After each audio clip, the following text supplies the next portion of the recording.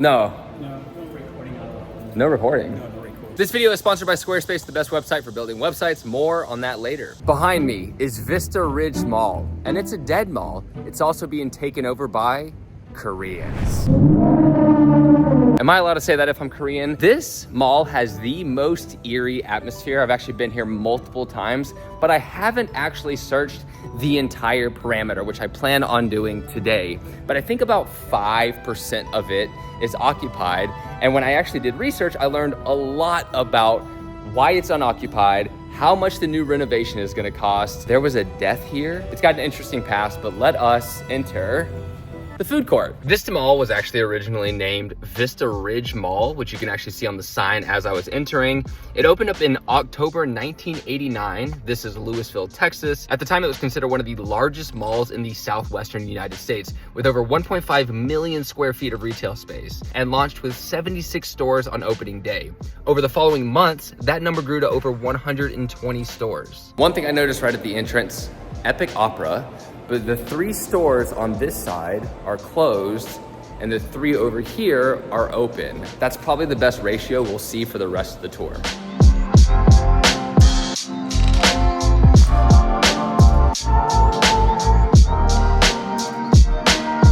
No. No recording on it. No recording? No recording. Okay, cool. Stay there right at the entrance. Oh, is it? Okay. Yep. Cool. Thank you.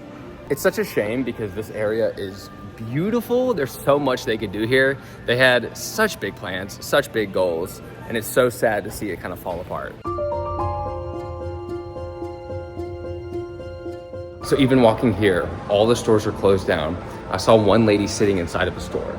If we look across here, all of these stores are closed as well. And I think this continues on for pretty much this entire section of the mall. The strange thing, and what makes this place a little bit eerie, is as you're walking along and you look in corners of the mall, you'll just see people hanging out and chilling. I guess kind of like myself. But again, so many stores, this entire area completely closed down. This place sells vending machines, but it's closed, so there's just a bunch of drinks. Tons of stores that actually have product, just not open. So I'm assuming they've closed down for a little while, or maybe they're going to open up when the renovation happens. It's also probably very cheap real estate right now. But yeah, none of this. And it's really fun to actually walk around here, and it's hotter in here as well because they don't keep the AC on full blast throughout the whole mall because it's probably too expensive. But here we are at the end. I heard the Dillard's is open, but here, you just can't access it. The original design featured high ceilings, skylights, the flooring, palm trees, and large central rotunda. The mall's architectural style still reflects that late 80s vision, with expansive walkways and open courts. Many of the original finishes remain unchanged. Anchor stores at opening include Sears, Dillard's, and later JCPenney and Foley's. The mall also housed a 12-screen theater known as Movies 12, located at the center court. Foley's eventually became Macy's in 2006. These department stores helped solidify Vista Ridge as a key shopping destination throughout the 1990s. However, competition arrived quickly in 1997. Grapevine Mills opened a few miles away, followed by Stonebriar Center in 2000 and the Shops at Willow Bend in 2001. The increased number of large-scale shopping centers began drawing foot traffic away from Vista Ridge. And retailers are happy to have Grapevine Mills as a new neighbor. At first, probably a lot of merchants were scared about it, thinking it would take the business away, but I think in turn, it's brought more customers up here. The mall experienced further setbacks during the 2008 recession. Retail closures became frequent, and national chains like KB Toys, New York & Company, and Wet Seal exited. Smaller short-term tenants filled some of these vacancies, but turnover remained high. And now, a quick word from our sponsor, Squarespace. Squarespace makes it unbelievably easy to build a website. Trust me, I've tried other website builders, and yeah, they have award-winning templates you can choose from. They also have AI features now where you can just plug and play the things that you need, like an intro page, an about page, and all you simply need to do is drag and drop and fill in your information. They also now connect with Printful, which is this third-party website that will distribute merchandise for you. So if you want to build a brand, you don't have to actually carry any supplies with you. You can just build the website easily and then have products and then ship them out. It's pretty wild. The other thing that I would recommend if you are building your own creative brand is an email campaign. It's actually the best way to engage with an audience because whoever subscribes actually gets the notifications. The last thing I want to talk about is courses or classes. If you have a specialty that you want to sell, you can build a paywall on the website itself without having to use a third-party website, and it's extremely easy, and they guide you through the whole thing. It's been an incredible journey using Squarespace for the last, I don't know, 7 years or so. So if you enjoy, or if you want to check it out, click the link in the description down below, or go to squarespace.com/JohnHill to get 10% off your first purchase or domain. Okay, enjoy the rest of the video.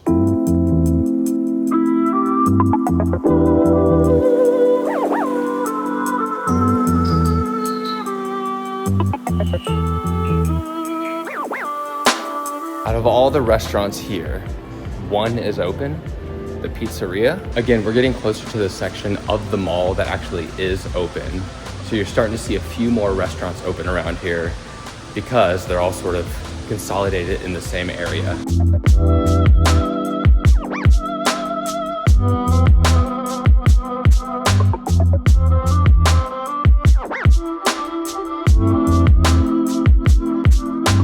This part is definitely the most active. I hear screaming like wild here on certain parts of the weekends when I come and visit. So we just saw that 3/4 of the mall. Right now we're entering the last little section. I think the movie theater's in this direction as well, but this is it. And there's pretty much no stores open here on the second floor as well.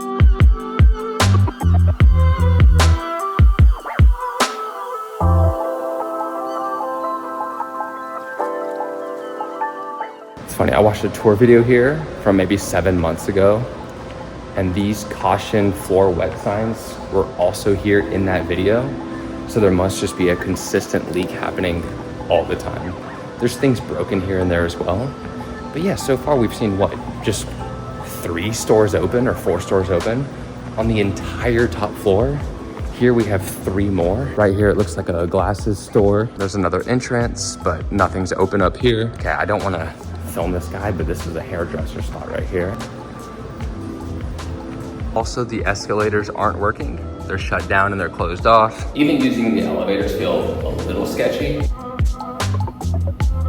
This place is called Fandom Framing. I think they frame jerseys over half the stores and boxes. This, I think, is actually relatively active. The movie theater they have here.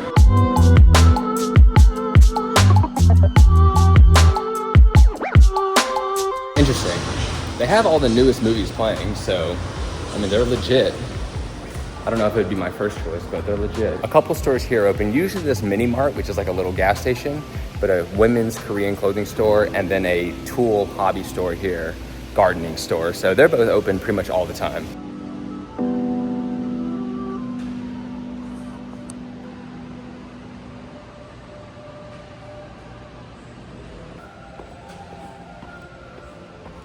In January 2013, a fatal shooting occurred inside the mall when a 25-year-old man shot himself in the mall following a domestic dispute. What we're being told is that this was a domestic dispute, that an individual in the last hour or so came inside, a man came inside, he confronted either his wife or spouse, or girlfriend, we don't know, but he confronted her at her place of business, and apparently what we're told is that they had a verbal argument that got loud and security was called in. As security was escorting him from the mall, we're told that he pulled a weapon and then fired that weapon. Now, the wound that he has received has been described to us as a self-inflicted gunshot wound. We do not know if this was some kind of attempted suicide or if he simply accidentally shot himself. The incident took place near the security exit and raised ongoing concerns and public safety at the center. Ownership changed in 2017. The mall was purchased for $17.3 million, approximately half of its appraised value. He rebranded it as Music City Mall Louisville, hoping to revive the space with a live music events, performance, and community programming. A sculpture of the 10 Commandments was also installed, along with a rebranding of mall signage and banners. Events hosted during this period included a K-pop festival, Comic Cons, and live music nearly every day in Center Court. Disney Channel actors Olivia Rodriguez and Kevin Quinn performed at the 2018 reopening. Despite these efforts, occupancy continued to decline. Between 2018 and 2021, the mall lost all of its anchor tenants. Sears closed in 2018, JCPenney followed in 2020, and Macy's exited in 2021.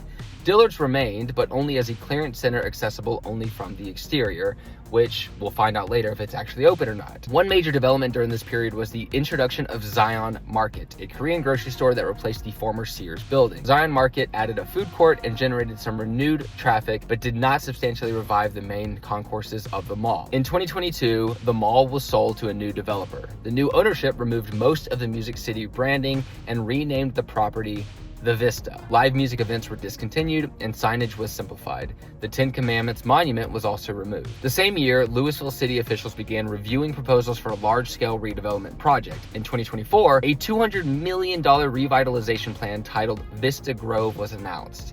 The proposal included demolishing parts of the existing structure to make way for mixed-use development, housing, retail, office space, and green areas.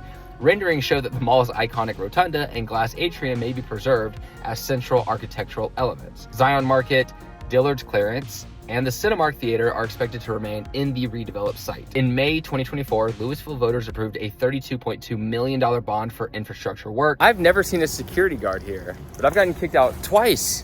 He came back with a friend, but now I feel like we're in our safe space. This is the Korean section. The whole reason I come here, sometimes I work at Paris Baguette, but the Korean grocery store here is amazing. It's strange because I haven't really gone about Dallas, Texas yet from the perspective of filming and making YouTube videos. And I'm realizing that, yeah, I'll probably deal with getting kicked out of places that I go to all the time. It's gonna be a strange turn of events, but there's so much I wanna share. But I wanna see if the Dillard's is actually open from the other side because I just always assumed it wasn't. Yeah, I don't think this is open. Oh, what? Well, the door opens. Interesting. Oh, it feels so good on the other side of this. Huh, wow. Even though I come here quite often, it was cool to explore areas I've never seen before. It was also cool to do research and learn a lot more about what's going on with the mall. It does feel sus when you have people so desperate to have you stop filming. So I don't know what's up with that. Maybe they just don't like the way it looks right now. But with all the renovations and stuff coming up in the future, I'm excited to see where it goes. Obviously, I hope it stays very Korean. It'd be cool. My advice would be to make it as Japanese and Korean as possible. Have it be sort of like a tourist destination when people visit Dallas. That's what I would say, and not make it like such a stereotypical mall, especially because it kind of looks that way now. Anyways, thanks for watching. I'll see you in the next video. Take care, progress daily, and keep killing it.